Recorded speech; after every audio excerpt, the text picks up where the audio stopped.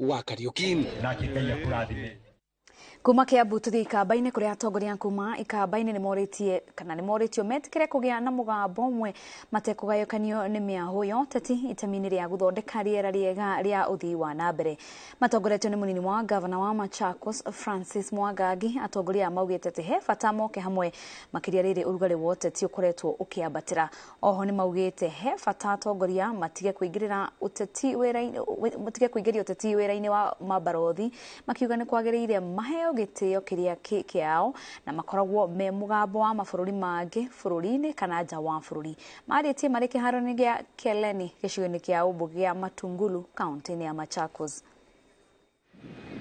Vile Kalonzo amekuwa akiunite mataifa mengine jirani na wa mbali, tumeona amepewa kuunganisha taifa letu la Kenya.